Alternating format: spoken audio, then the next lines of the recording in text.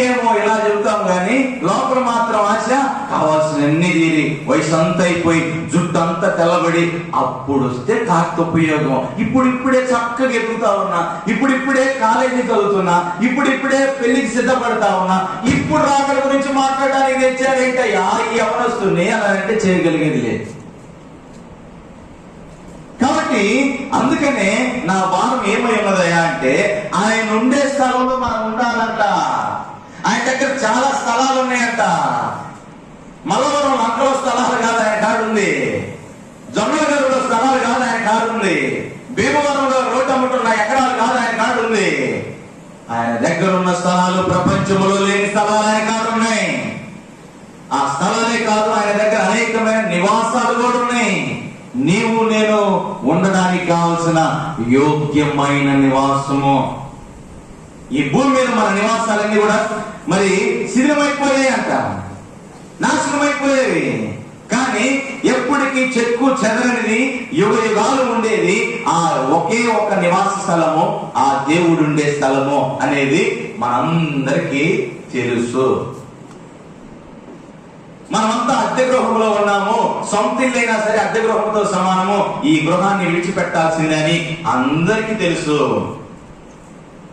కానీ ఏ మాత్రం కూడా మనం స్థలాలు కొనుక్కునే విషయంలాగము, ఇల్లులు కట్టుకునే విషయంలాగము, ఇవి పెళ్లిళ్ళు చేసుకునే విషయంలాగము ఇవన్నీ కూడా తప్పు అని నేను అనట్లేదులే. కానీ నేను అనేది ఒకటే ఏమైందంటే ఆయన నుండే స్థలంలో ఒక విశ్వాసి అనేవాడు ఉండడమే కాదు, కానీ యేసు క్రీస్తు ప్రభువుని ఎరిగినా సరే, యేసు క్రీస్తు ప్రభువుని ఎరగకపోయినా సరే, భూమి మీద పుట్టిన మనిషి అనేవాడికి వాడి గురి ఏమై ఉండాలంటే, ప్రతి ఒక్కడి కోరిక ఏంటంటే అడిగితే చెప్తాడు వాడు, చిన్నోడు మెలుకొని పెద్దోడు దాకా, రే నీకు పరలోక రాజ్యం కావాలా నరకం కావాలంటే వాడికి తెలిసినా తెలియకపోయినా చిన్నప్పటి నుంచి ఈయనే సరే ఈయన అడిగినా కానీ బాబుని నాకు పరలోకం కావాలంటాడు. ఎందుకు?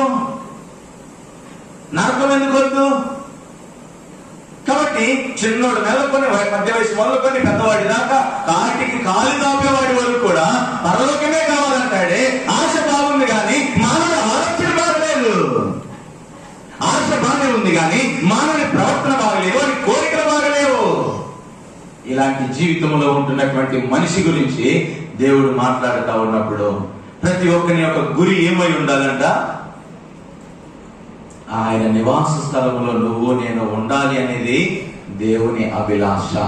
కాబట్టి అలాగున ఈరోజు ఎవరు ఆయన యొక్క నివాస స్థలంలో ఉంటారు, ఎవరికి ఆ అర్హతలు ఉంటాయి, ఎవరెవరు ఎలా ఉంటే ఆ నివాస స్థలానికి యోగ్యులు అనే విషయాన్ని గురించి కొన్ని విషయాలు మాట్లాడుకొని మొదటి సెక్షన్ ముగించుకుందాం. దయచేసి కాస్త వాయిస్ పోయింది నాకు. గడిచిన 2 దినాల ప్రత్యేక కోడికల్లో పాటలు ఇవన్నీ కూడా వాక్య ధ్యానాల్లో కాస్త సహకరించండి నాతో కూడా. రండి, ఇందాక మనం చదువుకున్న పేతురు రాసిన 2వ పత్రిక 3వ అధ్యాయము. పేతురు రాసిన 2వ పత్రిక 3వ అధ్యాయము 11, 12 వచనాలు అందరం కలిసి దగ్గరగా చదువుకుందాం. అందరం కలిసి. ఇవన్నీ ఇట్లు లయమైపోయినవి కనుక ఆకాశములు రగులుకొని లయమైపోనట్టు, పంచభూతములు మహావేంద్రంతో కరిగిపోనట్టు, దేవుని దినపు రాకడ కొరకు కనిపెట్టుచు దానిని ఆశతో అపేక్షించుచు మీరు పరిశుద్ధమైన ప్రవర్తనతోనూ భక్తితోనూ ఎంతో జాగ్రత్త గలవారై ఉండవలెను, దేవుని దినపు రాకడ కొరకు కనిపెట్టుచు. ఇక్కడ గమనిస్తా వచ్చినట్లయితే మొట్టమొదటిగా ఆయన ఉండే స్థలంలో మనం కూడా ఉండాలని ఆయన నీ కోసం నా కోసం స్థలం సిద్ధపరచ వెళుచున్నానని చెప్పాడు. వెళ్ళాడు, ఇంకా రాలా. నేనంటాను ఈ లోకంలో బహుశా ఈ మందిరం ఉంది, ఈ మందిరం కట్టాలంటే లేదంటే నా దగ్గర అన్ని సమృద్ధి అనేంత డబ్బు ఉంది నా దగ్గర, నేను ఒక డూప్లెక్స్ హౌస్ లేదంటే నాకు నచ్చిన రీతిలో ప్రపంచంలో ముఖేష్ అంబానీ 14 అంతస్తులు మరి మేడ కట్టినా గానీ మహా అయితే సంవత్సరంలో కట్టిపడేసినాడు. లగ్జరీ విల్లాస్ అన్ని కూడా కట్టేసుకున్నాడు. ఎంత విలాస్ కట్టినా, ఎంత అందమైనటువంటి భవంతులు కట్టినా గానీ మహా అయితే ఒక 2 సంవత్సరాల్లో నీ దగ్గర సమృద్ధి అయిన డబ్బు ఉన్నప్పుడు 2 సంవత్సరాలు ముగించేస్తాడు. అవసరమైతే నువ్వు వాష్ బేసిన్ గానీ అయినా సరే, ఏ షింక్ అయినా సరే బంగారంతో కట్టుకోవాలన్నా 2 సంవత్సరాలు ముగించేస్తాడు. మహా ఎంత గొప్ప ఆస్తిపరుడైనా. మరి ఈ దేవుడు ఎప్పుడు వెళ్ళిపోయినాడు? స్థలం సిద్ధపరచడానికి ఎప్పుడు వెళ్ళిపోయినాడంట? ఎప్పుడైతే ఆయన చనిపోయి సమాధి చేయబడి 3వ దినం తిరిగి మృత్యుంజయుడిగా లేచి ఆయన తండ్రి యొద్దకు చేరినాడో ఆ దినాన్ని వెళ్ళిపోయినాడు. నేనంట ఉదాహరణగా ఒక 2000 సంవత్సరాల నుంచి నీకు నాకు నివాసం సిద్ధపరుస్తున్నాడంటే సిద్ధపరుస్తూనే ఉన్నాడు. సిద్ధపరచడం అయిపోయినట్టయితే వచ్చేవాడే అంటే ఇంకా అవలా. నీ కట్టే ఇల్లు, నీ కట్టే నివాసము, నీ ఉండేటువంటి దానికోసము ఎంతెంత సిద్ధపరుస్తున్నాడో, ఏమేమి కడతా ఉన్నాడో, ఏమేమి వీధులేస్తున్నాడో, మరి ఇన్ని వేల సంవత్సరాల నుంచి సిద్ధపరుస్తూనే ఉన్నాడు. సమస్త సృష్టిని ఏమో నోటిలో కలుగు చేస్తే కలుగు అంటే కలిగింది. నీకు నాకు ఇచ్చే నివాస స్థలం మాత్రము సిద్ధపరుస్తూనే ఉన్నాడు. ఇక అనగా ఎంత గొప్పదైన నివాసాన్ని నీకు నాకు సిద్ధపరుస్తున్నాడనే విషయాన్ని మనం గుర్తెరగాల్సిన వారంగా ఉంటున్నాం. కాబట్టి ఎవరయ్యా ఆ నివాస స్థలంలో ఉంటారు అని ఆలోచన చేస్తే మొట్టమొదటి గంట దేవుని దినపు రాకడ కోసం కనిపెట్టుకునే వాళ్ళకే. ఎవరుంటారు? వాస్తవంగా మాట్లాడితే వాళ్ళే ఉంటారు. ఎందుకంటే ఆ దేవుని రాకడ ఎప్పుడని కనిపెట్టుకునే వాడికే. ఫస్ట్ ర్యాంక్ ఎవరికి వస్తుంది? ఎగ్జామ్స్ ఎప్పుడు వస్తాయా? రోజు ప్రాక్టీస్ చేస్తున్నా ఒక్కసారి ఎగ్జామ్ పెట్టేస్తే త్వరగా రాసేస్తే నా మంచి మార్కులు వస్తాయి అని ఎవరైతే ఎగ్జామ్స్ సిద్ధపడతా ఉంటారో సిద్ధపడే వాడికే ఫస్ట్ ర్యాంక్. గానీ ఎగ్జామ్స్ ఎప్పుడు వస్తే నాకెందుకులే, ఎట్లయినా సరే మనం వన్ డే బ్యాటింగే కదా అని చెప్పేసి అనేవాడికి ఏ మాత్రం కూడా ఎగ్జామ్స్ మీద ఆశ ఉండదు. ఒకవేళ ఎగ్జామ్స్ అనగానే ఎగ్జామ్సా అని భయం, అంతకంటే ఏముండదు. ఇప్పుడు నీకు నాకు నివాస స్థలము ఎవరికాయ అంటే సోమరులకి, ఏదో దేవుని రాకడ గురించి ఆలోచనే లేనివాడికి దేవుని రాకడా అంటే రాకడా అన్నట్టే ఉంటుంది. కాబట్టి మన యొక్క ఉద్దేశం ఏమైనదంటే ఎవరికైనా ఆ దేవుడు ఉండే స్థలములో ప్రవేశం అని మాట్లాడితే దేవుని రాకడ కోసం కనిపెట్టుకునే వాళ్ళకంట ఆయన ఉండే స్థలములో ప్రవేశం. కాబట్టి ఆయన రాకడ కోసం కనిపెట్టుకోవాలంటే ఎవరు చెప్పారా ఆయన రాకడ ఎట్లుంటుందో? ఏం చెప్పకుండా కనిపెట్టుకోమని అనంటే బైబిల్ లేఖన భాగాన్ని చించి పక్కన పడేయాలి. దేవుడు నీ మాదిరి నా మాదిరి సాధారణమైన మనిషి లాంటి వాడు కాదు. దేవుడు ఏదైనా చెప్పాడంటే, రాయించినాడంటే ఈ లేఖన భాగాల్లో ప్రతిది కూడా ఒక మనిషి లేదంటే ఒక శిశువు ఈ భూమి మీద పుట్టి రేపు కాటికి కాలు దాపేంత వరకు కూడా గుంతలోకి పోయేదా కూడా ఒక మానవ జీవనాన్ని ఎట్లా సాగించాలో ఈ జీవ గ్రంథంలో రాయించి పెట్టిన దేవుడు మన దేవుడు గొప్ప దేవుడు. దేవుడు ఏది చెప్పకుండా నిన్ను చెయ్యని అననే అన్నాడు. ఈ రోజుల్లో మనిషి సాటి మనిషికి చెప్పింది చేయమంటే నువ్వు నాకు ఎప్పుడు చెప్పావని అంత తేలిగ్గా ఉండదు. ఈ దేవుడి దగ్గర ఆ దేవుడి దినపు రాకడ కావలసినటువంటి సూచనలు ఏమైనా ఇచ్చినాడా? ఏమైనా ముందే చెప్పినాడా? చెప్పకుండా సిద్ధపడమంటున్నాడా? ఏంటి అసలు ఈ దేవుడు? ఆలోచన కలిగిన వారుగా ఉందా? దేవుని ఎడల, నీ ఎడల, నా ఎడల దేవుని యొక్క ఉన్నతమైన ప్రణాళికలేంటో, అసలు దేవుని దినపు రాకడ కోసం కనిపెట్టుకునేటువంటి వారి జీవితంలో వారి దగ్గరకు వచ్చి కూర్చొని యేసుక్రీస్తు ప్రభువారు ఆయన నీ కోసం నా కోసం స్థలం సిద్ధపరచ వెళ్ళినాడు, ఆయన ఇంకా సిద్ధపరుస్తూనే ఉన్నాడు, ఆయన రాకడ సమీపమై ఉన్నది అని ఆలోచన చేసి ఎంతసేపు మాట్లాడినా ప్రయోజనం ఉండదు. కాబట్టి మొట్టమొదటిగా ఎవరైనా ఆ యొక్క నివాస స్థలంలో ఉండేది అని ఆలోచన చేసినప్పుడు దేవుని దినపు రాకడ కోసం కనిపెట్టుకునే వాళ్ళు మాత్రమే ఈ అవకాశం దొరుకుతుందనేది మొట్టమొదటిగా మనం గుర్తుపెట్టుకోవాలి. సరే, అట్లాంటి హెచ్చరికలు, అట్లాంటి ఆనవాళ్ళు బైబిల్ గ్రంథంలో ఎవరికైనా ఇచ్చినారా అనేది టూకీగా ఒక క్లుప్తమైనటువంటి వ్యక్తుల్ని చూసుకొని మనం ఈ సెక్షన్ ముగించుకోవడానికి ప్రయత్నం చేద్దాం. రండి, ఆదికాండము 19వ అధ్యాయము. ఆదికాండము 19వ అధ్యాయము 15, 16 వచనాలు అందరం కలిసి బిగ్గరగా చదువుకోవడానికి ప్రయత్నం చేస్తాం. తెల్లవారినప్పుడు ఆ దూతలు లోతును త్వరపెట్టి, లెమ్మో, ఈ ఊరి దోష శిక్షలు నశించుకోకుండా నీ భార్యను, ఇక్కడున్న నీ 2 కుమార్తెను తీసుకుని రమ్మని చెప్పిరి. అతడు తడు చేసిను. అప్పుడు అతని మీద యెహోవా కనికరపడటం వలన ఆ మనుషులు అతని చేతిని, అతని భార్య చేతిని, అతని 2 కుమార్తెల చేతులను పట్టుకొని వెలుపలికి తీసుకుని వచ్చి ఆ ఊరి బయట ఉంచిరి. చాలే. ఈ లోతు గురించి, ఈ ఆదికాండం 19వ అధ్యాయాల గురించి ప్రత్యేకంగా మనం ఆలోచించాల్సినంత విషయం ఏం లేదు. ఎప్పటి నుంచో దేవుని లేఖన భాగాలు చదువుతున్నప్పుడు ఈ ఆదికాండం 19వ అధ్యాయం కొట్టిన పిండి లాంటిది మనకి. లేదంటే ఆదికాండమే మనకు వెన్నతో పెట్టిన విద్య లాంటిది అనుకున్నాం. చిన్న ఉదాహరణ, సిగ్నల్స్ పడినప్పుడు గ్రీన్ సిగ్నల్ ఇస్తే వెహికల్స్ వెళ్ళమని, రెడ్ సిగ్నల్ ఇస్తే ఇక చాలు, నీ స్పీడ్ తగ్గించి ఆపేసేయని. అలాగే నేను కూడా మీకు ఒక సిగ్నల్ ఇస్తున్నా. ఎవరైనా సరే సాగిపోవాలి అంటే చక్కగా వాక్యానికి స్పందిస్తూ ఉండండి. ఇక చాలే అని చక్కదానం చూశారులే అని అంటే అని చెప్పేసి 32 పళ్ళు బయట పెట్టండి. అదే ఇక చాలే బాబు, ఇవన్నీ చిన్నప్పటి నుంచి తల నడిచిపోయింది, ఇంకొచ్చేసేయాలంటే వాక్యాన్ని నిర్లక్ష్యం పెట్టవచ్చు. ఆదికాండం 19వ అధ్యాయంలో దేవుని లేఖన భాగాల్లో దేవుడు ముందుగానే లోతుతో మాట్లాడుతూ వచ్చినాడు. మాట్లాడా, మాట్లాడలేదా? ఏం జరగబోతుంది, ఏం జరగబోయేది ముందుగానే లోతుకి చెప్పాడా, చెప్పలేదా? చెప్పాడు. చెప్పినాక చేయమంటాం తప్పు కాదా? తప్పే కాదు అసలు. అరే అబ్బాయి, మరి దేవుడు నాశనం చేస్తున్నాడు దీన్ని, లేచి నీ బిడ్డల్ని, నీ భార్యను తీసుకొని ఇక్కడ నుంచి వదిలిపో, లేచిపో అని చెప్పినప్పుడు ఏం చేయాలా?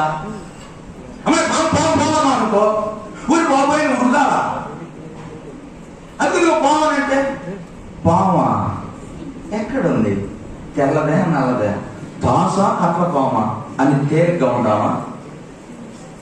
ప్రమాదం ఉంది అని అన్నప్పుడు, దేవుడు మాట్లాడినప్పుడు అది ఒక ప్రమాదకరమైన విషయం. మలవరం వంకలో బాంబు దాడి జరుగుతుంది అన్నప్పుడు అయ్యా అమ్మని ఉరకాల్సింది పోయి బాంబుల మా ఊరి మీద ఎవడేస్తాడని నిద్రపోతా ఉంటే అట్లాంటి వాళ్ళ గురించి మనం మాట్లాడుతాం. దేవుడు ఇక్కడ ముందుగానే చెప్పినాడు. ఏమని చెప్పినాడు? అబ్బాయి, దేవుడు నాశనం చేస్తున్నాడు ఈ పట్టణాన్ని, లేచిపో నాయన, లేచి నిన్ను కాపాడుకోమంటున్నాడు దేవుడు, నిన్ను నీ భార్యను తీసుకొని పో అని అంటే ఏమనాలా? ఓ నాయను, ఉగ్రత రానే వస్తుంది, పరుగులు దిద్దామా? అమ్మా లేమ్మా, లే తల్లి, రాత్రి ఏ సీరియల్ చూసి నిద్రపోయామో, లేమ్మా లే, ఓ పక్కన టైం అవుతుంది అనే దాఖలాలు కూడా లేవు. అమ్మ దేవుడు చెప్పాడు, లే వెళ్ళిపోదాంలే, అమ్మ పిల్లలు రండి అని చెప్పేసి అని వెంటనే బయలుదేరే ఆలోచనలు ఏం లేవు మన అయ్యగారికి. ఇక్కడ ఏం చేసినాడంట? అతడు తడవు చేసెను అనగా జాబు చేస్తా ఉన్నాడు. ఒక్కొక్కేమో దేవుడి యొక్క ఉగ్రత సిద్ధంగా ఉంటే ఈ రోజున విశ్వాసి కూడా అదే మాదిరిగా జాబు చేస్తా ఉంటున్నాడు, తడవు చేస్తా ఉంటున్నాడు. ఎందుకయ్యా ఈ జాబు, ఎందుకయ్యా నీకు ఈ తడవు చేయటము? దేవుని ఉగ్రత, దేవుని యొక్క శాపము, దేవుని యొక్క భయంకరమైనటువంటి తీర్పు నీకు భయం లేదా?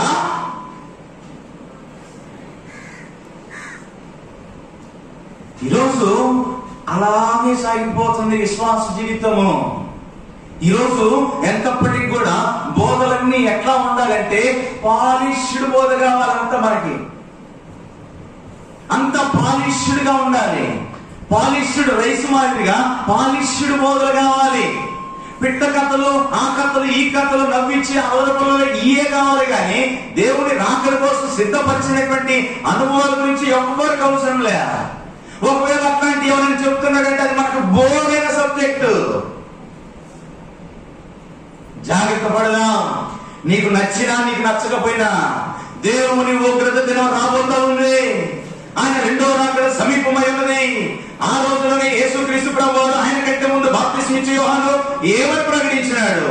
కాలం సంపూర్ణమైనది, దేవుని రాజ్యం సమీపించి ఉన్నది, అందరూ అంతటా మారు మనసు పొందమని 2000 సంవత్సరాల పూర్వమే ప్రకటించిన కాలం గురించి అప్పుడే ఎందుకు? బాప్తిస్మం ఇచ్చే యోహానుకి ఏం పని? పోనీ యేసుక్రీస్తు ప్రభువారికి ఏం పని? అప్పుడే కాలం గురించి మాట్లాడడానికి. ఇవన్నీ ఏ రోజు మన గ్రహింపులోకి రావు.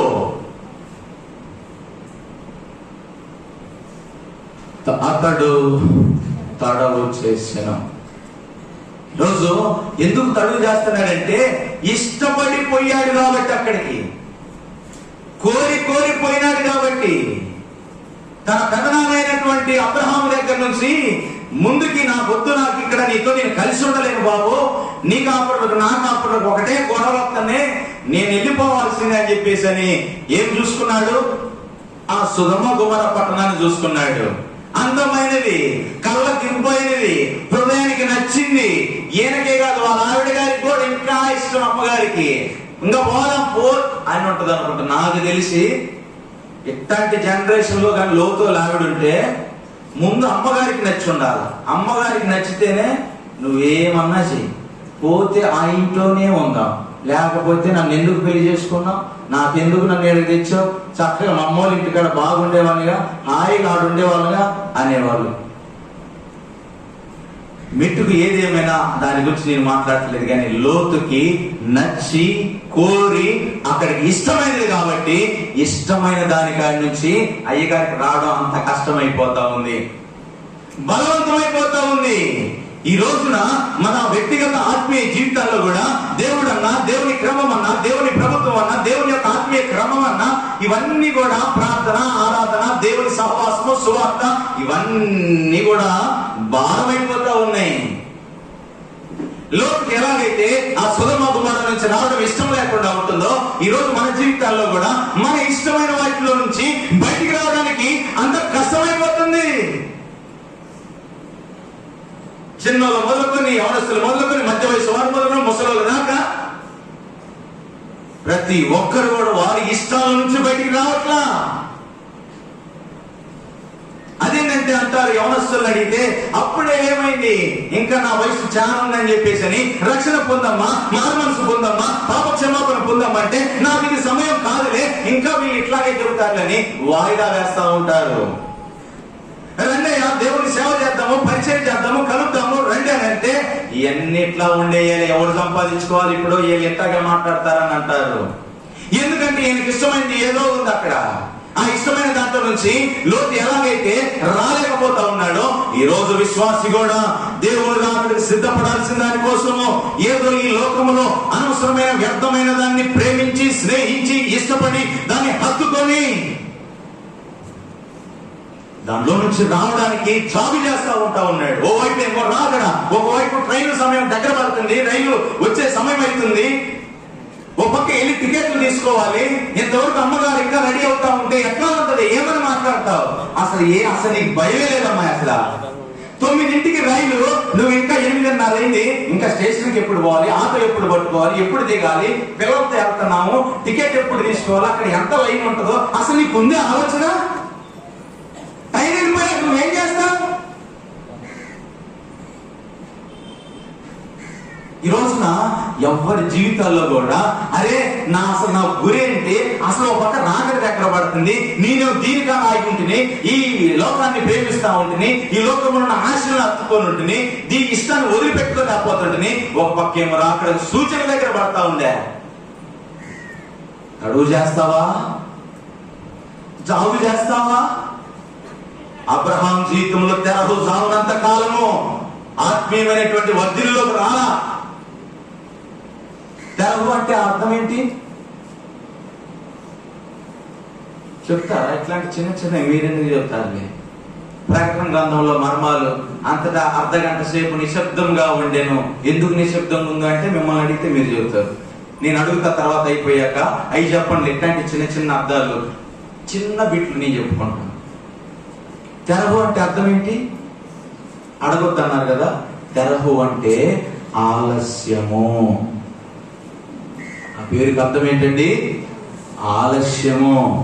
అబ్రహాము జీవితంలో తెరహు చావనంత కాలం 11వ అధ్యాయంలో తెరహు చస్తే గాని 12వ అధ్యాయంలో మొత్తం వదిలేసుకొని చూపించిన దేశానికి కదిలేడు. అర్థమైందా? ఈరోజు నా జీవితంలో తడవు, ఆలస్యము, జాబు అనేది చావకపోతే నీకు నాకు ఆయన ఉండే స్థలంలో ఇక ఏముండదు. ఇక ఉన్ననాలు ఇక బతకటము. నువ్వు ఏదైతే నా అద్దాల మేడనో భవనమనో ఇంద్ర భవనం అనుకొని నువ్వు భావించి నన్ను చూడు, నా ఇల్లు చూడు అనుకుంటున్నావో, ఇక నువ్వు ఉన్నంతకాలం అందులో ఉంటామను. రేపు పోయాక ఆడకు పోవటం ఇక నాకు ఏం మాట్లాడుతున్నావు నువ్వు? యేసుప్రభు నమ్ముకున్నా నేను, నువ్వు గొట్ట కలిగే నమ్ముకున్నాను అబ్బాయి, ఇయ్యలేదు నువ్వు చెబుతున్నావు. అయినా అంతే, తప్పదు. ఈరోజు లోతు ఎలాగైతే అనవసరమైన వ్యర్థమైన దాన్ని, సుధమ గుమ్మరాన్ని, దేవునికి నచ్చని దాన్ని ప్రేమించెళ్ళాడో, ఈరోజు నువ్వు నేను కూడా దేవునికి నచ్చని దాన్ని పట్టుకొని ఎక్కడైనా ఉంటే, దేవునికి ఇది తగదు, మనం దేవుని నమ్ముకున్న వాళ్ళం, ఇవి మన క్రమం కాదు అనే దాని దగ్గర ఆగి ఉన్నావేమో, బయటికి రా. అందుకే ఈరోజు నీకు ఈ కూడికి ఏర్పాటు చేసినాడు దేవుడు. లోకంలో దేని పట్టుకొని ఏది నాకు ఇష్టమని ఆడే కూర్చున్నావో, తెస్టేసుకున్నావో, దాన్ని విడిచిపెట్టకపోతే ఆ దేవుని దినపు రాకడ కోసం నువ్వు కనిపెట్టుకోలేవు. ఆ దేవుని దినపు రాకడ కనిపెట్టుకోలేకపోతే ఆయన ఉండే స్థలంలో నువ్వు ఉండలేవు. ఆయన ఉండే స్థలంలో ఉండలేదంటే ఇంకొక ఆయన ఉండే స్థలంలో ఉంటావు. ఎవరైనా సాతాను కూడా ఆడే ఉంటాడు అర్థంలో, వాడు కూడా ఓ నా పితరుడివి, నా మూల పురుషుడివి నువ్వే కదా, నువ్వు మా పాతోడివి కదా, మా పినతండ్రివి కదా, నువ్వు నీకోసమే నేను వచ్చాను, నీకోసం 1000 కళ్ళతో చూస్తా ఉన్నా అని వాడు అంటాడు. ఇద్దరు ఆడిపోయి కూర్చొని చక్కగా ఈ సంతోషము నీకు కావాలేనా అని పాట పాడుకుంటారా? అగ్నియాలు, ఆత్మకావదు, యుగాలు కూడా పన్ను కొరుకుంటా, జుట్టు పీక్కుంటా, అని భయంకరమైన వేతలతో ఆ పాట పాడుకున్నారు. అర్థమైందా? ఏమైనా వ్యర్థం అవుతుందా? ఎక్కుతుందా అని ఏమైనా? లోతు ఎలాగైతే దేవునికి నచ్చని దానికి ఆడపోయి కూర్చున్నాడో, భరించాడు, ఓపిక పెట్టాడు. చివరికి దేవుని కనికరం అడ్డం పడింది. అక్కడ మీరు చదవండి, ఎందుకు ఆ కనికరం అడ్డం పడింది అంటే, అబ్రహాం వచ్చి నాయన 50 మంది ఉంటే వదిలిపెడతా, 25 మంది ఉంటే వదిలిపెడతా, 10 మంది ఉంటే వదిలిపెడతా, బతిమలాడుకున్నాడు. నీకోసం నా కోసం అబ్రహాములు ఎవరు లేరు మన నెలలో. అసలు ఇంతకీ అబ్రహాంకి లోతుకి సంబంధం ఏంటో చెప్పాను కదా, ఇట్లాంటి మీరు మమ్మల్ని అడగకూడదని. అబ్రహాముకి లోతుకి సంబంధం ఏంటమ్మా? ఏంటంటే ఇద్దరి మధ్య రిలేషన్. అబ్బో, ఇటేమన్నా కాస్త వెస్ట్ గోదావరి వాళ్ళు, ఈస్ట్ గోదావరి వాళ్ళు వెంటనే స్పందిస్తారేమో అని అనుకుంటున్నాను, కానీ మా ఊరులాగే ఉంటారు మీరు కూడా. ఊరకున్నంత ఉత్తమం లేదు, బోర్డుకున్నంత శుభ్రం లేదు, అట్లాగే ఉంది. సేమ్ యాడికి పోయిన రూపాయికి 4 పావులలాగే ఉంది. అబ్రహాము లోతుకి సంబంధం ఏందమ్మా? మిమ్మల్ని మర్మాలు అడిగినట్టు మీకు తెలియక కాదు, ఏంది లేడికి చెప్పేది అని కాదు. మీరు మంచోళ్ళు, చెప్పండి. సహోదరులు ఇద్దరు, వెరీ గుడ్. సహోదరుడి కొడుకు, వెరీ గుడ్, ఇది ఆన్సర్ కరెక్ట్. మీరు 11వ అధ్యాయంలో చూస్తే అబ్రహాముకి ఎవరెవరు పుట్టారో, ఎవరి సంతానమేనా అనేది మనకు అర్థమైంది. ఇక ఇప్పుడు దాని గురించి నేను మాట్లాడలేదులే, కానీ సొంత అబ్రహాముకి తమ్ముడు కొడుకు, అంతేనా? ఇప్పుడు లోతుకి అబ్రహాం ఏమవ్వాలి? పెద్దనాన్న అవ్వాలి, అంతేనా? ఎడదాకా ఆగండి, ఇంకెక్కువ బాగుమాకండి. అర్థమైందా? అబ్రహాము భారం ఉండి అయ్యా నీతో మాట్లాడడానికి కూడా నాకు సాహసం లేదు, తెగిస్తున్నా, కాస్త కనికరించు. పిల్లవాడు తెలియకపోయాడు, కాస్త కనికరించు, ఒక్కసారి సరేపో అని అంటే దేవుడి కనికరం వచ్చి అడ్డం పడింది. అక్కడ అడ్డం పడి ఏం చేసింది? కొంచెం రండి నాతో పాటు. 19వ అధ్యాయము 16-17 వచనాలు అందరం కలిసి చదువుతాం. లేదంటే ఎవరైనా ఒక్కరు బిగ్గరగా చదవండి, కాస్త మంచినీళ్ళు అవుతుంది. అతడు సెలవు చేసెను. అప్పుడు అతని మీద యెహోవా కనికరపడుట వలన ఆ మనుషులు అతని చేతిని, అతని భార్య చేతిని, అతని ఇద్దరు కుమార్తె చేతులను పట్టుకుని వెలుపలకు తీసుకొని వచ్చి ఆ ఊరి బయట నుంచి ఆ దూతలు వారిని వెలుపలకు తీసుకొని వచ్చిన తరువాత నీ ప్రాణము దక్కించుకున్నట్టు పారిపోము, వెనుక చూడకము, ఈ మైదానంలో ఎక్కడనూ నిలవక నశించుకోకుండా ఆ పర్వతములకు పారిపోమని చెప్పగా చెప్పి ఇప్పుడే తర్వాత లోతు ప్రభువా అలా కాదు, ఇంకా చాలండి. కనికరం వచ్చింది. అబ్రహాం చేసిన ప్రార్థన బట్టి కనికరం లోతు దగ్గరకు వచ్చింది. లోతు దగ్గరకు వచ్చి వెంటనే రాను అని చెప్పినా గాని దేవుని దూతలు ఏం చేశారన్నా, అతని భార్య చేతిని, అతని బిడ్డల చేతిని కూడా పట్టుకొని మర్యాదకు పొమ్మన్నప్పుడు పోతే బాగుంటుంది. ఇల్లు ఖాళీ చేయండి అన్నప్పుడు మర్యాదకి ఇల్లు ఖాళీ చేయండి. వాడు ఇల్లు ఖాళీ చేయమన్నప్పుడు ఖాళీ చేయలేదనుకో, వాడు ఏం చేస్తాడు? మీకు తెలుసు, అంతా ఏం చెప్పాల్సిన పని లేదు. సామాన్ తీసుకొచ్చి ఎత్తి బయటపడేస్తాడు. అర్థమైందా? అయ్యో నాడు కష్టపడి ఈఎంఐలు కొనుక్కున్నానయ్యా 43 అడుగుల టీవీ ఎల్సీడీ అంటే ఆగడాడు. నీకు తెలుసు నువ్వు ఈఎంఐలో కొనుక్కున్నావు, ఐఎంఐ కట్ట కొనుక్కున్నావు అనేది. ఆడికి తెలియదు. నువ్వు అద్దె కట్టకపోతే ఖాళీ చేయమన్నప్పుడు ఖాళీ చేయాల్సిందంటే, ఖాళీ చేయలేదంటే ఎత్తి తీసుకెళ్లి బయట పడేస్తాడు. నువ్వు ప్రేమించింది పగిలి మొక్కలైపోయింది. అర్థమైందా? మర్యాద ఇల్లు ఖాళీ చేయమన్నప్పుడు ఖాళీ చేస్తే పద్ధతిగా మంచిగా ఉంటది, చేయలేదంటే వేరుగా ఉంటది. అంతే, మనకు తెలిసిందే. కాబట్టి మర్యాదగా నాయన ఇల్లు అన్నప్పుడు వెళ్తే చక్కగా వెళ్ళిపోయే వాళ్ళు బాగుండేది, తిప్పలు ఉండేవా, నేను మాట్లాడేవాళ్ళు కాదు, మీరు ఇంత బాగా అసలు ఉండేది కాదు. ఏం చేసినారు? వెనకపోయేసరికి ఆయనే ఓ పక్క ఆంధ్ర మీద ఆంధ్రలు వేస్తున్నాడు అబ్రాం. అయ్యా కాస్త కనికరించి వాళ్ళ బయటికి అయ్యా బయటికి అంటే ఈయన గోలు తట్టుకోలేకపోయారు. చేతులు పట్టుకొని మరి బలవంతంగా తీసుకొస్తున్నాడు. నీ కోసం నా కోసం దేవుడు కనికరించి అంత బలవంతంగా నిన్ను సిద్ధపరిచేంత ఆత్మీయుల ప్రార్థన నీకు నాకు ఏమి అర్థం పడేలేవు. ఎందుకంటే నీ ప్రార్థన మీ ఆయనకి ఏమైనా ఉపయోగపడిద్ది అంటే నువ్వు అంత మాత్రమే. పోనీలే మా ఆయన విశ్వాస వీరుడు సూర్యుడు అని అంటే ఆయన లేచేదే ఏ రోజు కూడా సూర్యుడు ఉదయించేదే తెలియదు ఆయనకి. వాళ్ళ వంశంలోనే లేదు అట్లాంటిది. వాళ్ళ వంశంలో లేనప్పుడు ఇంక ఏం రమ్మంటే ఆయన నుంచి రావాలా? ఆయన విశ్వాసం నువ్వే ఆడ, నీ విశ్వాసం ఆయన ఆడ. ఈయన ఎందుకంటే పిల్లలు లేచేదేమో 9కి మొహం కడుకోవడం, బ్యాగ్ వేసుకోవడం, వెళ్ళిపోవడమే. బలవంతంగా తీసుకురావాల్సి వచ్చింది. బలవంతంగా తీసుకొచ్చినప్పుడన్నా అరే ఫస్ట్ అంటే ఏదో నిద్ర మత్తులో ఉన్నావో లేకపోతే ఏదో అనాలోచనగా ఉన్నావో చెప్పారులే, దేవుని దూతలు వచ్చి మాట్లాడితే కాస్త మంద పట్టలే ఈ చెవులు అనుకొని ఉన్నావు అనుకోవచ్చు. ఇప్పుడు వచ్చి నీ చెయ్యి పట్టుకున్నారుగా, పట్టుకున్నప్పుడు కూడా నీకు స్పర్శ లేదా? ఆత్మీయ స్పర్శ ఉంటేనే కదా నీకు ఆ రాకడ కోసం సిద్ధపడేది. నువ్వు కొంతమంది మీరు గమనించినట్లయితే వారికి చీమలు కొడకన్నా అర్థం కాదు, దోమలు కొడకన్నా అర్థం కాదు, వాళ్ళ ఒంటి మీద బల్లి పడ్డా వాళ్ళకి అర్థం కాదు. ఏందిరా అబ్బాయి అంటే బల్లి ఎప్పుడు పడింది, పడింది రా చూడలేదంటే చూడలేదు, స్పర్శ లేదు వాడికి. అంటే ఆ యొక్క స్పర్శ చేసేటువంటి ఆ యొక్క కణాలు పనిచేయట్లా మనల్లో. అర్థమైందా? అవి చచ్చిపోయినాయి, ఆ సెల్స్ అనేవి చచ్చిపోయినాయి అన్నమాట.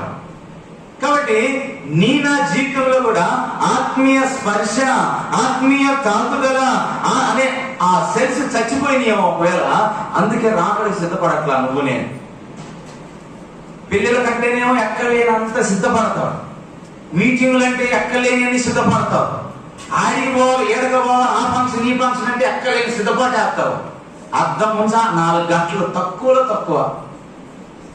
మరి దీని సంగతి ఏంటమ్మా?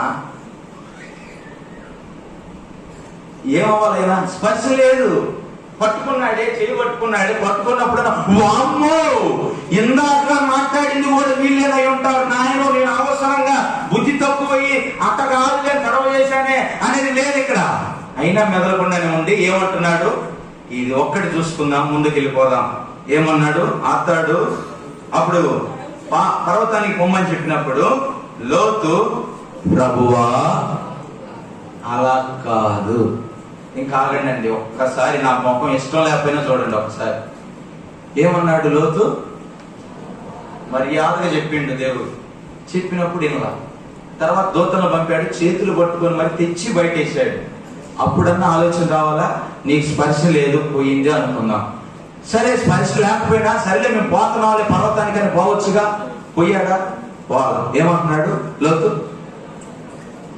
అట్ట కాదులే ప్రభువా, కాస్త రాదు. ఇంతేనా ఏమన్నా అన్నాడు? అట్ట కాదు ప్రభువా. మరి అట్ట నువ్వు చెప్పాయా? మరి నేనేంట? దేవుడికే మనం చెబుతాం, దేవుడు చెప్పింది మనం చేయటం కాదు, మనం చెప్పింది ఆయన చేయాల. లోతు అలా కాదు ప్రభువా, మరి ఎలాగో నువ్వు చెప్పు. ఈరోజు వాక్యం మీతో మాట్లాడుతూ ఉంటే అట్ట కాదులే, మరి అట్ట నువ్వు చెప్పు, నేనంట. దేవుడు అంటాడు. మరి లోతు దేవునితో సాహసిస్తా ఉన్నాడు. అలా కాదు ప్రభువా, మరి ఎలాగో నువ్వు చెప్పు అమ్మా, నువ్వు చెప్పు లోతు, నేనంట, నువ్వు చెప్పు. ఈరోజు విశ్వాస జీవితం కూడా ఎలా అయిపోతుందంటే ఇదే మాదిరి ఉంటుంది. దేవుడేమో అమ్మా ఇది నీకు తగదు, ఇది నువ్వు చూడకూడదు, ఇది నువ్వు మాట్లాడకూడదు, అసలు ఇవి మనకు తగనే తగవు, ఈ ప్రోగ్రాములు ఇవన్నీ మనకి ఎందుకు తల్లి అని అంటే, ఓకో ప్రభా నువ్వు అప్పట్లో సరిపోయింది. కానీ శిష్యుల కాలంలో 2023 ఆగస్టు 13లో ఉన్నాం మేము, 14లో ఏం మాట్లాడుతున్నాం అంటే చేసేదేంటి? ఇవి మనకు తగవు, ఇవి మనకు క్రమం కాదు, ఇవి మనకు యోగ్యమైనవి కాదమ్మా అని దేవుడు వైపున మాట్లాడుతూ ఉంటే, అట్లా కాదులే ప్రభువా, నీకు తెలియదు. దేవుడు చెప్పిన మాట మనం విన్నామా, మనం చెప్పింది ఆయన వినాలా? దయచేసి నన్ను ఏమనుకోవద్దు. రోజులు ఎట్లా ఉన్నాయంటే, దేవుడు నీ మేలు కోరి నా మేలు కోరి నువ్వు ఎట్లా ఉండు, నువ్వు ఇలా చదువు, ఇలా ఉండు, ఇలా నువ్వు ఈ పని చేయి, ఇలా ఉంటే బాగుంటది, నువ్వు ఇలా వాక్యం చెప్తే బాగుంటది, నువ్వు సేవ చేస్తే బాగుంటది, నువ్వు సువార్త చేస్తే బాగుంటది, ఇంకా నువ్వు ఆ పాత జీవితం నుంచి బయటికి రా అని ఇవన్నీ చెబుతా ఉంటే మనిషికి కష్టమైపోతా ఉంది. లోతుకి ఎంత కష్టమైపోతా ఉందో అలాగే కష్టమైపోతుంది ఈరోజు విశ్వాస జీవితానికి కూడా. ఇవన్నీ మనకు కలవమంటే ఏ మాత్రం అక్కడి నుంచి రానే. ఈ టీవీలు, ఈ సినిమాలు, ఈ సీరియల్స్ మనకు వద్దు తల్లి అంటే ఆడ పాపం ఉందా ఏంది? కాసేపు ఏదో అలసిపోయి వచ్చాం, ఓరక చూద్దాం అంతే. అయినా యాదుందయ్యా బైబిల్లో, చెప్పు నువ్వు వచ్చావుగా పెద్ద చెప్పడానికి, చూపి అని అంటారు అక్కలు కొంతమంది. లోతైన మర్మం గురించి మాట్లాడుకోవాలా, నీ టీవీలో నీ సీరియల్స్ సినిమాలు చూడకూడదనే దాని గురించి మాట్లాడుకోవాలా? అల్లరితో కూడిన ఆట పాటలు మనకు తగవమ్మ అన్నాడు. సాల్దా ఎందుకంటే నీకు? అన్నయ్య ఈ సినిమాలు కాదు, నాటికలు కాదు, జబర్దస్త్ ప్రోగ్రాములు అన్నయ్య అని అంటారు మా యవనస్తులు. అసలు తప్పే ఉన్నందులో అంటారు మా వాళ్ళు. ఇంకా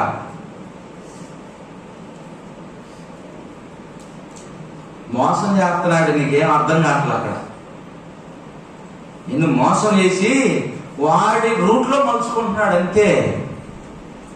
మళ్ళా నువ్వు ఎప్పుడు రక్షణ పొందావమ్మంటే, ఆ రోజు భక్త సింగ్ గారు ఇలా పోతా ఉంటే ఆయన చేతులు ఇలా పట్టుకొని అన్నయ్య ప్రైజ్ ద లార్డ్ అని చెప్పాను అని అన్నట్టు ఒక ఆమె.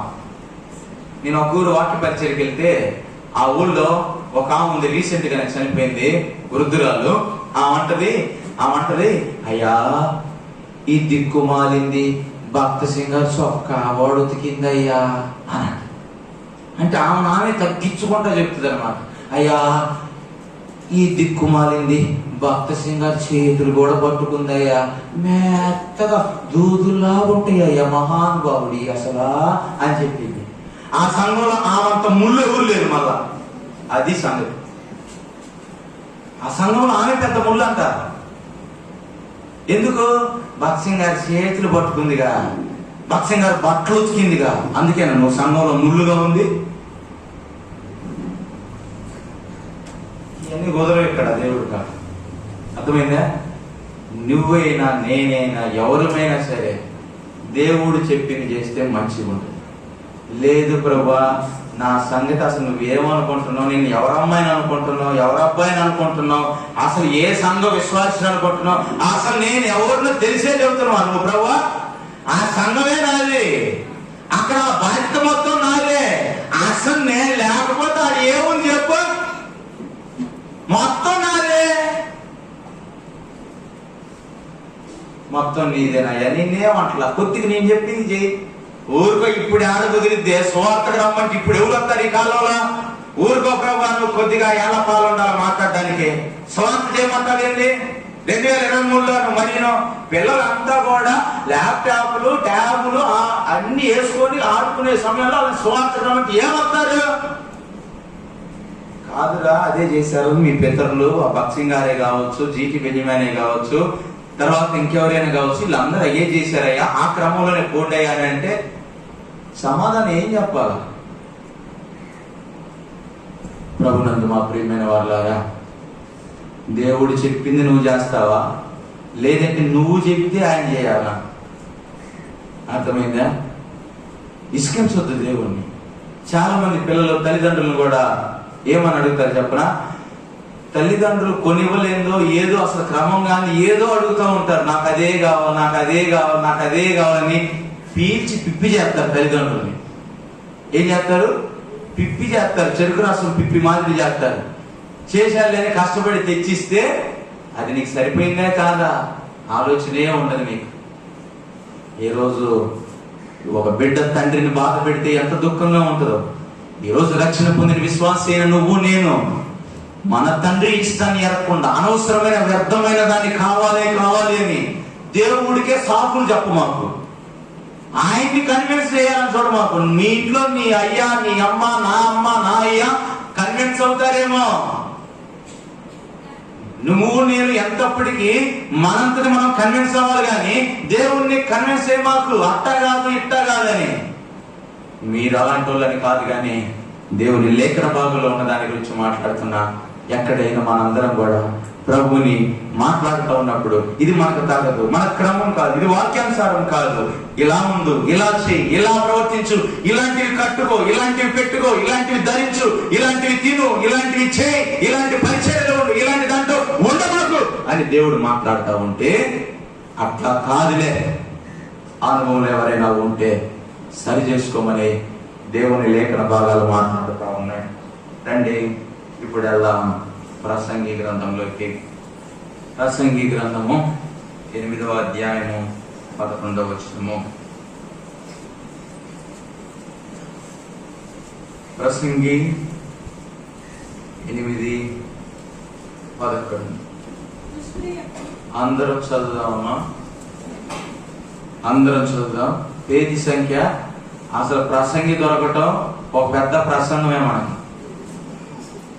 పేజీ సంఖ్య 560 అమ్మా. 560లో 11వ వచనం ఉంది. అందరం కలిసి బిగ్గరగా చదువుకుందాం. ఆ డోర్ వెలుపల ఉన్న వాళ్ళు కూడా ఈ శబ్దం ఏమైనా వినపడినట్లయితే మీరు మీ భాగాలను కూడా తీసి చదవమని ప్రేమపూర్వకంగా మనం చేస్తూ ఉంటున్నాను. చదువుదాం 11వ వచనం. దుష్క్రియకు తగిన శిక్ష శీఘ్రముగా కలుగకపోవుట చూసి మనుషులు భయము విడిచి హృదయపూర్వకముగా దుష్క్రియలు చేయుదురు. చాలండి, ఇంకా చదివిన భాగం అర్థమైందని అనుకుంటున్నా నేను. ఏంటంట, మనిషి ఎందుకు దేవుడు చెప్పింది చేయట్లా, ఎందుకు దేవుణ్ణి కన్విన్స్ చేయాలని చూస్తున్నారు, దేవుణ్ణి పక్కద్రోవ పట్టించాలని చూస్తున్నారు అని అంటే ఏం చేస్తున్నారంట, మనిషికి చేసే ఆ దుష్కరికి తగిన శిక్ష శీఘ్రముగా కలగకపోవట చూసి మనుషులు ఏం చేస్తున్నారంట, భయాన్ని ఉన్న కాస్త భయాన్ని విడిచేసి ఇంకా హృదయపూర్వకంగా చేస్తున్నారట. ఇదండి సంగతి. ఈరోజు ఎందుకు ఒక విశ్వాసి దేవుని దృష్టిలో యథార్థమైన రీతిలో బతకాల్సినంత బతకవట్లేదు అని అంటే, వాడు ఏ పిచ్చి పని చేసినా బాగానే జరుగుతుంది, ఎంత పిచ్చేసేస్తున్నా బాగానే జరుగుతుంది, ఎంత భర్తకి విధేయత చూపకపోయినా బాగానే జరుగుతుంది అమ్మగారికి, ఎంత భార్యకి విధేయత చూపకపోయినా అయ్యగారికి బాగానే జరుగుతుంది, ఎంత సంఘంలో లోబడి ఉండకపోయినా అంత సంఘంలో బాగానే జరుగుతుంది. లోకంలో ఎవడు ఎంత ఎన్ని మాట్లాడినా కానీ పడి ఉంటున్నారు కాబట్టి అంతా బాగానే జరుగుతుంది. లంచం తీసుకోకూడదని లంచం తీసుకుంటున్నా బాగానే జరుగుతుంది. అబద్ధం ఆడకూడదు, అబద్ధాలకు మాదిరి అబద్ధాలు కుప్పలు అబద్ధాలు ఆడినా కానీ వాటికి బాగా కలిసి వస్తుంది. వాక్యానికి విరుద్ధంగా పాపం చేస్తూ ఈ పాపంలోనే కూరికిపోయి పాపాన్ని తింటూ పాపాన్ని తాగుతూ ఇష్టం వచ్చిన అసభ్యకరమైన ప్రవర్తన చేస్తున్నా కానీ వాడికి బాగానే సాగుతుంది. అందుకే సాగుతుంది కాబట్టి లంచం 4,000 తీసుకున్నా ఫస్ట్ నేను బ్రహ్మాండంగా ఉంది, నాకు 10,000 తీసుకున్నా అస్సలు దేవుడు ఏమనట్లా, దేవుడి చిత్తం ఏమైంది. చిన్నగా 50,000 తీసుకున్నా దేవుడు ఆశీర్వదిస్తున్నాడు అనుకున్నా, నేను చివరికి 1,00,000 రూపాయలు తీసుకునేటప్పుడు వచ్చి పట్టుకున్నాడు. అర్థమైందా? ఇన్ని రోజులు నువ్వు దేవుడి చిత్తంలోని బతికావుగా. దేవుడు ఇయ్యకపోతే మన తల్లో వెంట్రుక రాలేదు కూడా ఆయన చిత్తం అన్నట్ట. మనం ఏం చేసినా ఆయన చిత్తం లేదు, ఏం చేయలేమంట. వాడు 1,00,000 రూపాయలు తెచ్చిందంటే లంచం దేనికి అనుకున్నాం? ఆయన చిత్తం ఆయనే పంపించాడు. ఆయన పంపించినప్పుడు నిషిద్ధమైన దాన్ని ముట్టను అనకూడదు. వామ్మో రా ఎడబెట్టు అంటే ఏముంది, అయిపోయా. ఏమైపోతుందంటే ఈరోజు సమాజంలో ఒకప్పుడు ఇలాంటి మహానుభావులు పరిచర్యలో ఆరంభ దినాల్లో రక్షణ పొందిన దినాల్లో పొలం పనులకు వెళ్తున్నప్పుడు ఉదయపూట వాక్యం చదువుకోవాలా, ప్రార్థనే చేయాల, నిద్రమొహం వేసుకుని లేచి కొడవలు తీసుకొని వెళ్ళింది పనికి, పొలానికి వెళ్ళింది. వెళ్తే ఆ కలుపు మొక్కలు దోకేటప్పుడు ఆ వెంటనే ఎట్లా అనగానే ఇంతవరకు లేచిపోయింది, ఏలు లేచిపోగానే నాకెందుకు జరిగింది అసలు ఇది ఆలోచించి, అది పొద్దున్నే బైబుల్ చదువుకోవాలా, అసలు ప్రార్థనే లేదు, అందుకు జరిగింది. దేవునికి ఇష్టమైనది చేయకుండా వచ్చా పనికి మాలిన దాన్ని, అందుకే ఏలు తెగింది అని వెంటనే చేసిన దుష్క్రియకు ఫలితం వెంటనే కనపడింది. కాబట్టి మారు మనసు పొందారు, ఆత్మీయంగా ఎదిగారు. ఈరోజు అట్లాంటి వాళ్ళు నా ఫోటోలు అనేకం కడుతున్నారు. ఎందుకు? దుష్క్రియకు కలుగు బహుమానం వెంటనే చూచుతున్న కారణాన్ని బట్టి. ఈరోజు మనిషికి మాత్రం అదేమీ అవట్లా. మనిషి అనుకుంటున్నాడు నాకు అంతా బాగా జరుగుతుంది కదా అని. నమ్మకంగా ఉండే విశ్వాసేమో అదంతా చూసి ఏందంటో ఏ రోజు వాళ్ళు నియమ కోడికల కూడా రారు. అసలు సువార్త అంటే అస్సలు రాదు. మందిరం ఏదైనా పని ఉందంటే అసలు తొంగే చూడరు.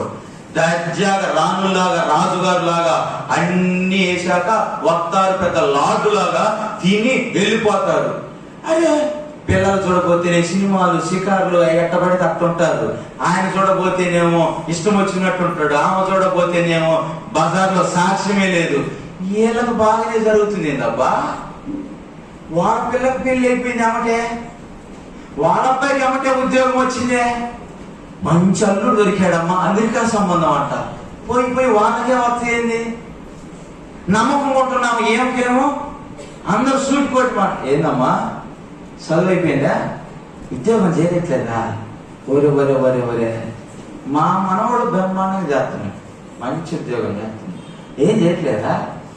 బాగా రాలేదట్టుంది మార్కులు, అందుకే కావాలి. ఏందమ్మా మీ అమ్మాయి పెళ్ళి అవ్వలేదా? అవ్వలా. ఓ ఎక్కడో లేని మా ఇంట్లో చూసివా. ప్రియమైన విశ్వాసి, నమ్మకంగా ఉండు. సూటిపోటి మాటలు 4 రాళ్ళు ఎగస్ట్రా తగిలినా పర్వాలేదు. దేవుని దృష్టిలో ఎట్లా ఉంచుతాడంటే అట్లా వాక్యానికి విరుద్ధంగా ప్రవర్తిస్తున్న వాడి జీవితంలో జరుగుతూనే ఉంటాయి, అన్ని పోతానే ఉంటాయి. వాక్యానికి నమ్మకంగా సాగుతున్న వాడి విషయంలో ఏమైనా జరగట్లేదని నువ్వు చింతించు. మాకు దేవుడు అంటాడు గోధుమలని గురుగులను ఒకేసారి పెరగని అని అంటాడు. పెరగని కాదయ్యా, పెరిగేస్తా ఇప్పుడే బాగుంటది అని అంటే దేవుడు ఏమంటాడు, వద్దురా నాయన ఉంచు అని అంటాడు. ఎందుకు ప్రభు అర్థం, పీకేస్తానని అంటాడు. వద్దురా స్వామి నువ్వు అట్టుంచు అని అంటాడు దేవుడు. బాగా బాగా పెరుగుతూనే ఉంటాయి. పెరిగాక ఒక రోజు ఉంది, కొడవలి చేతిలో ఉంది, కోత కోసే కాలం ఉంది, జాగ్రత్త పడదాం, మోసపోవద్దు. దేవుడేం విక్రించబడ్డు. రాత్రి కూడా మాట్లాడుతూ వచ్చా, పత్తిత్తనాలు వేసి మిరప పంట కోస్తావా? పత్తిత్తనాలు తెలుసా? మనకేం తెలుసులే, మనమంతా సాఫ్ట్వేర్. తెలుసా పత్తిత్తనాలు? భూమిలో వేస్తాము, తర్వాత వర్షాలు మందులు వేస్తే పెరిగిద్ది, పత్తి కాయలు వస్తాయి, తర్వాత తెల్లగా ఉంటది పత్తి. అది ఏదో మా తమ్మాయికం చూస్తారు, తెలుసు కదా మనకి. ఏదో మనం ఏందో యుఎస్ నుంచి ఎయిర్ స్పేస్ జెట్ విమానం జుయ్యి అని వస్తే ఒక్కసారి జంగారెడ్డి గుడిలో దిగి వచ్చిన వాళ్ళు మాదిరి చూస్తున్నాం.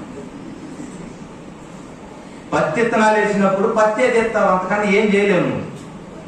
ప్రభు పక్కోడికి మిరప పంట కింటాలు కింటాలు పండింది ప్రభు, నాకేందయ్యా ఈ 3 క్వింటాలు పట్టేనా అని అంటే పొలం ఆడు మిరపెత్తనం వేసుకున్నాడు, మిరపకాయలు పోసుకుంటున్నాడు. నువ్వు పట్టేసి మిరపకాయల కోసం ఆశపడతావేంది? ఎక్కుతుందా ఏమైనా? వేసిన నాలు బాగా వేసావుగా, సాగింది కదా నాకు పంటని బాగా పండించుకున్నావు కదా.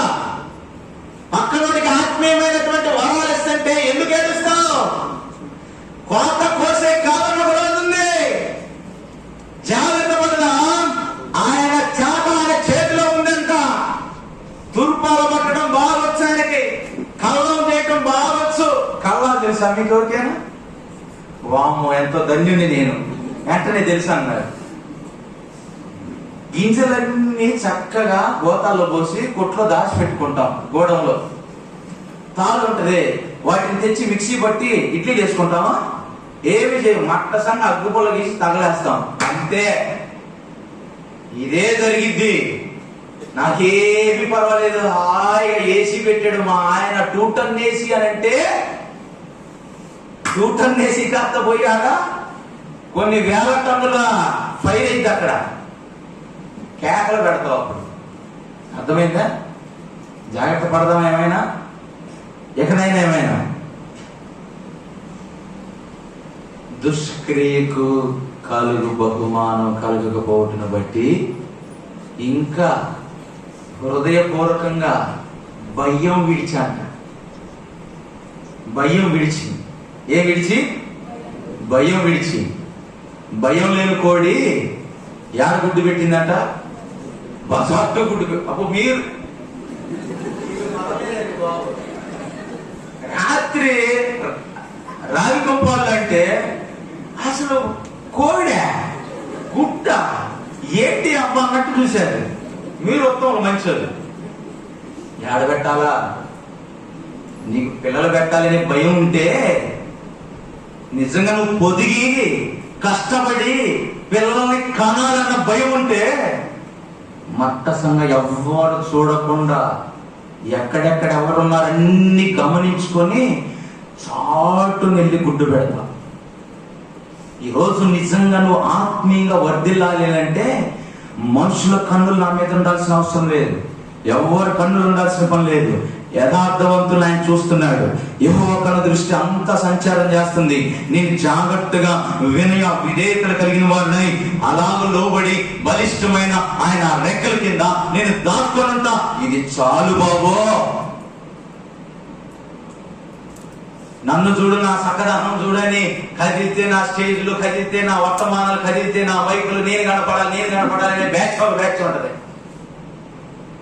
వాళ్ళకి మైక్ ఇస్తే చాలు అస్సలు ఆడో అంటారు. ఇక ఒక్క మాట ఊరక పుసిక్కిని, అక్క నీలాగా పాడేవాళ్ళు లేనే లేదు అక్క అంటే చాలు ఓయమ్మ. ఇంకా అసలు ఇంకేమని అనుకున్నాం, ఇవాళ కొంచెం వాయిస్ కొంచెం ఇంకా రాలేదు కానీ అన్నయ్య అస్సలు ఇంకా బాగుంటది. అన్న అసలు సంఘ ప్రార్థన అసలు భలే చెప్పావు తెలుసా, మొన్న బాగా చెప్పావు అన్న. నిన్న అసలు బ్రహ్మాండంగా వచ్చింది వాక్యం. అసలు నాతో అయితే దేవుడు మాట్లాడాడు అయ్యా నీ ద్వారా అంటే, అసలు ఇంకా నేను తీయాల్సినది రాలా ఇంకా అక్కడ. అసలు అయ్యొస్తే నువ్వు ఏడ్చేదాన్ని. ఈ అనపోతే చక్కగా వంట చేస్తావా అమ్మా, చక్కగా నీ అంటో లేడమ్మా అని అంటే ఇంకా వేయాల్సినవి వేయలా. అసలు దొరకలా నాకు ఇంకా, లేకపోతే నా వాసన 4 ఊళ్ళకి వినపడేది. ఈ డైలాగ్ వద్దు మనకి. వెంటనే ఏమనాలా అన్న, ఏదోలే అన్న, దేవుని కృపలే అన్న, ఏదో తేలిక ఏదో ఇచ్చాడు, ఏదో ఆయన కృపలో, దేవుని దయ నాదేమి లేదన్న అను. ఆయనకు మహిమ అవుతుంది. మా వంశంలోనే లేదా అట్లాంటిది. ఇక మనకే లేకపోతే మన పిల్లలకి ఏం నుంచి వస్తుంది? అర్థమైందా? కాబట్టి మన జీవితంలో ఆత్మీయంగా ఎక్కడో నష్టపోతున్నామేమో. లోతు దగ్గరకు వచ్చినప్పుడు లోతు ద్వారా దేవుడు మనతో మాట్లాడుతూ ఉన్నాడు. కాబట్టి మన జీవితాల్లో అవసరమైనవేంటో అనవసరమైనవేంటో ఇవన్నీ కూడా మనం ఎరిగిన వారమై మనం అలాగున మన జీవితాన్ని క్రీస్తులో ముందుకు సాగిపోయేవారుగా ఉందా? రండి ఇప్పుడు వద్దాము హెబ్రీయుల గ్రంథం 11వ అధ్యాయంలోకి వద్దాం. హెబ్రీయుల గ్రంథము 11వ అధ్యాయం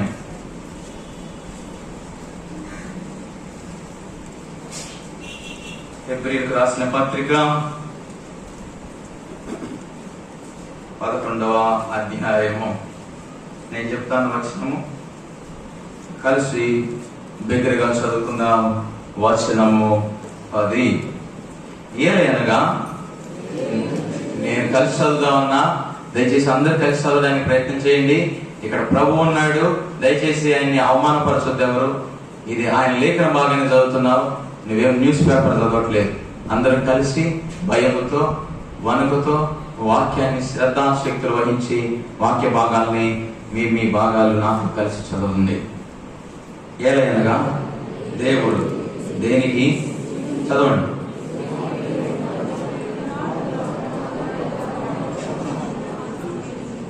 చాలే. ఆయన ఉండే స్థలములో మనం కూడా ఉండాలి అని లోతుల గురించి మాట్లాడుకున్న మన జీవితాల్లో ఎంతసేపు ప్రభు అనుగ్రహించిన సమయాన్ని బట్టి సంతోషం. ఇప్పుడు లోతు జీవితంలో కొన్ని చూస్తా వచ్చిన ఇవన్నీ తెలిసి నేనేం పెద్ద మర్మాలు చెప్పినంత ఆత్మీయుని కాదు. మీ పాద ధూళితో కూడా పోల్చుకోవడానికి అర్హత లేని, మీ కాళ్ళు కడగడానికి అస్సలు పనికిరానటువంటి వాడిని.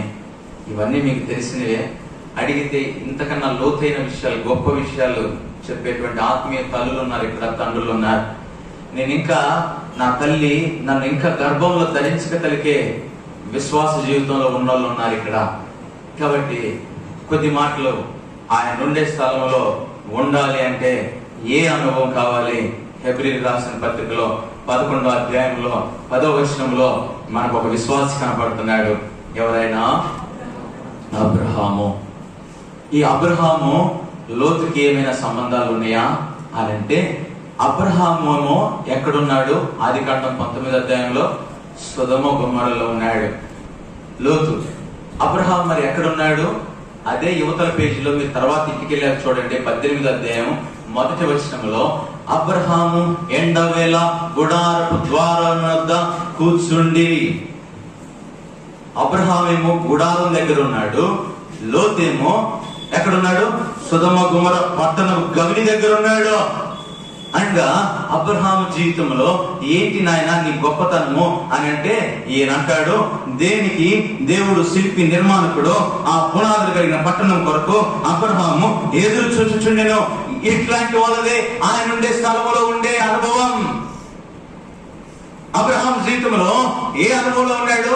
అయ్యా, దేనికి దేవుడు శిల్పి నిర్మాణకుడు, ఆ పునాదులు కలిగిన పట్టణం ఉంది, నేనుండే స్థలంలో మీరు ఉండాలని సిద్ధపరచడానికి అని వెళ్ళాడు. ఆ స్థలమే నాకు కావాల్సిందని ఆ పునాదులు కలిగిన పట్టణం మీద దృష్టి కలిగిన వాడు అబ్రహాం. ఇలాంటి అబ్రహాము అలాంటి అనుభవంలో ఉన్నాడు కాబట్టి ఈయన ఎక్కడ ఉంటా ఉన్నాడు? పోయి ఆదికాండం 18వ అధ్యాయంలో గుడారపు దగ్గర ఎండవేలంట, ఎండవేల ద్వారం దగ్గర కూర్చుంటే ఎండబడి మసైపోతావు, లోపలికి రా అంటావే. ఎంతవేళ ద్వారం దగ్గర గుడారపు అనుభవంలో ఉన్నాడే. ఏం జ్ఞాపకం చేస్తుంది ఈ గుడారపు అనుభవం? ఈ లోకం శాశ్వతం కాదు. నాకున్న ఎకరాలైనా, నాకున్న బంగారాలైనా, నాకున్న ఆసుపాస్తులైనా, నాకున్న అందచందాలైనా, నాకున్న ఉద్యోగాలైనా ఏవైనా ఇవి శాశ్వతం కాదు. ఒకటి మాత్రం శాశ్వతం, ఆ పునాదులు కలిగిన పట్టణమే నాకు శాశ్వతమని గుడారపు అనుభవంలో ఉన్నటువంటి వాడు, ఈ లోకం శాశ్వతం కాదు అనే అనుభవంలో ఉన్నవాడు అబ్రహాం. ఈరోజు ఈ అనుభవం ఉందా మనకి? ఆ స్థలం కావాలని ఆశ అయితే బ్రహ్మాండం ఉంది, కానీ అనుభవం ఉందా? ఈ ఆలోచన ఉందా? ఓయమ్మా, ఎకరం పొలం ఉంటే నీవు ఆపలేకపోతున్నారే నిన్ను. ఓయమ్మ, చిన్నపాటి ఉద్యోగం ఉంటేనే నా అంతటి ఉద్యోగస్తురాలు లేదు, నా అంత కలెక్టర్ లేని మాదిరిగా నడుస్తా ఉంటే నువ్వు. ఓయమ్మ, నువ్వు నీకు ఇచ్చిన చిన్నపాటి పాటల వరమో చిన్నపాటి వాక్య వరం ఇస్తేనే నేను ఆపలేకపోతున్నావే. మరి ఇంకెప్పుడు ఇలాంటి లోతైన అనుభవంలోకి, ఈ లోకం నాది కాదు, కాసేపట్లో సత్యాక నా గతి అనేది ఎరిగిన అనుభవంలో ఎప్పుడు రావాలా? ఇప్పుడు మాట్లాడుతున్నా. అందుకే యాకోబు రాసిన పత్రికలు ఏమంటాడు? 4వ అధ్యాయంలో, మీరు ఇంతలో కనబడి అంతలో మాయమైపోయి ఆమె వంటి వారు, మీరు కాసు మీద ధూళి లాంటి వారు, ఎంతమని నీటి వంటి వారు. కాబట్టి మీ జీవం ఏర్పాటిది, ఇంతలో కనబడి అంతలో మాయమైపోయింది మీ జీవితం. ఇలా వాక్యం మాట్లాడుతుంటే అరే ఈ ఆలోచనే రాదు మనకి. ఎంతప్పటికి కూడా మనకి లోతు మాదిరిగా ఆ పట్టణాలు, ఆ యొక్క పోరాటల మీదే ఉండాలి, కానీ ఆలోచనలో ఏ మాదిరి అబ్రహాములాగా ధనవంతుడు, కోటీశ్వరుడు, దేవుని స్వరం వినేవాడు, దేవుడితో బలిపీఠాలు కట్టినోడు. లోతు జీవితంలో అబ్రహాముతో ఉన్నంత కాలం బాగానే ఉంది. అబ్రహాంతో పాటు 4 బలిపీఠాలు కట్టినాడు. ఆ అనుభవంలో ఉన్నాడు లోతు కూడా. ప్రార్థనా బలిపీఠము, ఆరాధన బలిపీఠము, సేవ బలిపీఠము, సేవా సమర్పణ బలిపీఠము, ఇలా ఉన్న బలిపీఠాల అనుభవాలు ఉన్నాయి లోతు జీవితంలో కూడా. ఎప్పుడైతే దృష్టి మళ్ళిందో, ఎప్పుడైతే ఆశలు పెరిగిపోయినాయో, ఆ బలిపీఠం అనుభవాలు కారణాశాడు లోతు. కానీ అబ్రహాం మాత్రం అదే బలిపీఠ అనుభవం, అదే బలిపీఠ యొక్క ప్రార్థన జీవితం, అదే యొక్క సేవా జీవితము, అదే యొక్క ఆత్మీయంగా లోబడే స్వభావము, అదే అబ్రహాం జీవితము. రోజున ఒకసారి ఆలోచించేద్దాం. ఈ లోకం శాశ్వతం కాదు, నా జీవితం అంతా గుడారపు అనుభవం చాలు అనే తగ్గింపు స్వభావం నీ కాడుందా? ఈ అనుభవాలు నీకు నాకు అవసరమని దేవుడు మాట్లాడుతూ ఉన్నాడు. ప్రభునందు మా ప్రియమైన వాళ్ళారా, దేవుని దినాల దగ్గర పడుతున్నటువంటి సందర్భాల్లో ఈ ఆలోచనల్ని అబ్రహాం జీవితం గురించి మాట్లాడుకున్నప్పుడు అబ్రహాం అలాంటి ఆత్మీయమైన అనుభవంలో ఉన్నటువంటి వాడు. అబ్రహాం అంటాడు ఇక్కడ 17వ వచనం రండి, ఆదికాండం 18వ అధ్యాయం 17వ వచనంలో ఆయన అంటాడు, అప్పుడు యెహోవా అంటున్నాడు, నేను చేయబో కార్యము అబ్రహాముకి దాచిపెడతానా అంటాడు. ఇంకా అంటాడు కదా యాకోబు పత్రికలో, అబ్రహాం అంట ఈయన స్నేహితుడంట. దేవుడికి అబ్రహాం స్నేహితుడంట. అబ్రహాంకి దేవుడి స్నేహితుడు అనే పదం కాదండి, దేవుడికే అబ్రహాం స్నేహితుడంట. రేపటి రోజున నువ్వు నేను ఒకవేళ ఆత్మీయంగా బతికి బట్టగట్టి క్రీస్తు రాకడకు సిద్ధపడి ఆ రాకడకు పోయాక మన దేవుడిని అయ్యా నీ స్నేహితుడు ఎవరు అని అడిగితే అబ్రహాం అనే చెబుతాడు. ఎందుకంటే అబ్రహాంకి ఏదైనా చేసేది అస్సలు దాచిపెట్టాడంట దేవుడు. అంత రిలేషన్ ఉంది దేవునితో, అబ్రహాంకి దేవునికి.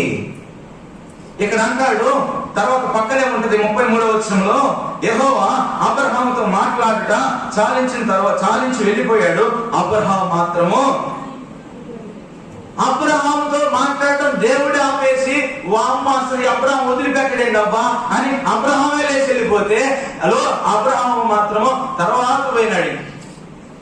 మనమైతే మాత్రం దేవుడు మాట్లాడుతూ ఉంటే మనకి జోల పాటలాగా ఉంటుంది. అరే దేవుడు మాట్లాడుతున్నాడు, కూర్చుందాం, విందాం, ఆత్మీయంగా కట్టబడదాం, ఈ ఆలోచన మనకు రావు. ప్రార్థన చేసుకుంటే ఆయనతో సహవాసం చేస్తే మన ఆత్మీయ జీవితం అలా వర్తిల్లింది. ఆయనతో సహవాసమే మన జీవితంలో లేకపోతే మనం ఏ రాజు వర్తిల్తాం. అందుకే రాస్తాడు యోగ గ్రంథం 22వ అధ్యాయం 21వ వచనంలో, ఆయనతో సహవాసం చేసిన ఎలా అలాగే నీకు మేలు కలుగును, అలాగే నీకు క్షేమము సమాధానం అంట. ఈ దినాన్ని నా జీవితంలో సమాధానం లేకపోవడానికి కారణము దేవునితో సహవాసం లేకపోవడం. ఈరోజు నీ జీవితంలో నా జీవితంలో మేలు జరగకపోవడం దేవుని ఇష్టం కాదు. నీవు ఆయనతో గడపని అనుభవం. ఈరోజు నీ నా జీవితాలకి క్షేమం కలగకపోవడానికి కారణము దేవుని చేతిలో లేదు. కేవలం ఆయనతో గడపకపోవడం, ఆయనతో సహవాసం దోషం. ఇది లేకుండా పద్దాకులు దేవుడి దగ్గరకు వచ్చి మా బుట్టని దీవించు, పెద్దదాన్ని దీవించు, మా ఎంతప్పుడు ఈ దీవెనలే, అది దీవించి, ఇది దీవించి, వాడిని దీవించి, ఈయన దీవించి, ఇయే. ప్రభునందు మా ప్రియమైన వారులారా, ఆయనతో సహవాసం చేద్దాం. మన జీవితంలో కేవలం మనమే దేవుని దగ్గర సమాధానం కోల్పోతున్నామేమో. దేవుడు కోల్పోయేలా చేయడు, మనమే కోల్పోయేలా అవుతున్నాం. దేవునితో మన జీవితాలు అలా లేని కారణాన్ని బట్టి క్షేమం దూరం అవుతుంది. మన జీవితాల్లో సమాధానం కలుగుతుంది, మేలు దూరం అయిపోతా ఉంది. కారణం రెండు మోకాల మీద కొద్దాం, ప్రభు సన్నిధిలో ప్రభుని అడుగుదాం. నా జీవితంలో కూడా నీతో సహవాసం లేదు ప్రభువా. నా జీవితంలో నీతో సహవాసం లేని కారణమే నా జీవితంలో మేలు లేకుండా పోయింది. నా జీవితంలో సమాధానం ఉండట్లా. వ్యక్తిగతమైన సమాధానం లేదు, కుటుంబ సమాధానం లేదు, సంఘంలో సమాధానం లేదు. ఈరోజు నా జీవితంలో మేలు లేకపోవడానికి కారణం నేనే. ఈరోజు నా జీవితంలో క్షేమం కొరవడానికి కారణం నేనే. ప్రభువా దయచేసి నన్ను క్షమించు ప్రభువా. నా చేతులారా నా జీవితాన్ని ఆత్మీయంగా నేనే నరుక్కుంటున్నాను. నా జీవితాన్ని అనవసరంగా నా చేతులారా నేనే నాశనం తీసుకెళ్ళిపోతున్నాను. ఏమి ఖ్యాతి కలవో దాని మీద మనసు ఉంచే ఆలోచన లేదు. ఎంతప్పటికి కూడా లోక మాదిరిగానే అనవసరమైన దేవునికి ఇష్టమైన వాటి మీద మనసు పెట్టుకొని ఉంటున్నాను. ఈ అనుభవంలోనే ఉన్నట్లయితే ప్రేమైన సహోదరి సహోదరులారా, దేవుడు మాట్లాడుతూ వచ్చినాడు, లేఖన భాగాలు నీ ఎదుట పెట్టినాడు. ఈరోజు నిజంగానే నీ అనుభవం ఇదే అయినట్లయితే నేను చేతులు పైకెత్తి నీ తీర్మానం ఇదేనా అని నేను అడగట్లేదులే, కానీ నిజమైన ఆ అనుభవంలో ఉన్నట్లయితే ఒకసారి హృదయంలో తీర్మానం చేద్దాం. అబ్రహాము లాంటి ఆత్మీయమైన అనుభవం నాకు లేదు ప్రభువా. లోకు లాంటి అనుభవం నా జీవితంలో ఉన్నాయి. ఆ దేవుని దినపు రాకడ కోసం కనిపెట్టుకునే ఆలోచనలే లేవు. అలాగున్న మోకాల మీద ఉండి ప్రభు సన్నిధిలో కనిపెట్టుకొని ప్రభు సహాయం కోసం చూద్దాం. దేవుడి వాక్య భాగాన్ని దీవించును గాక.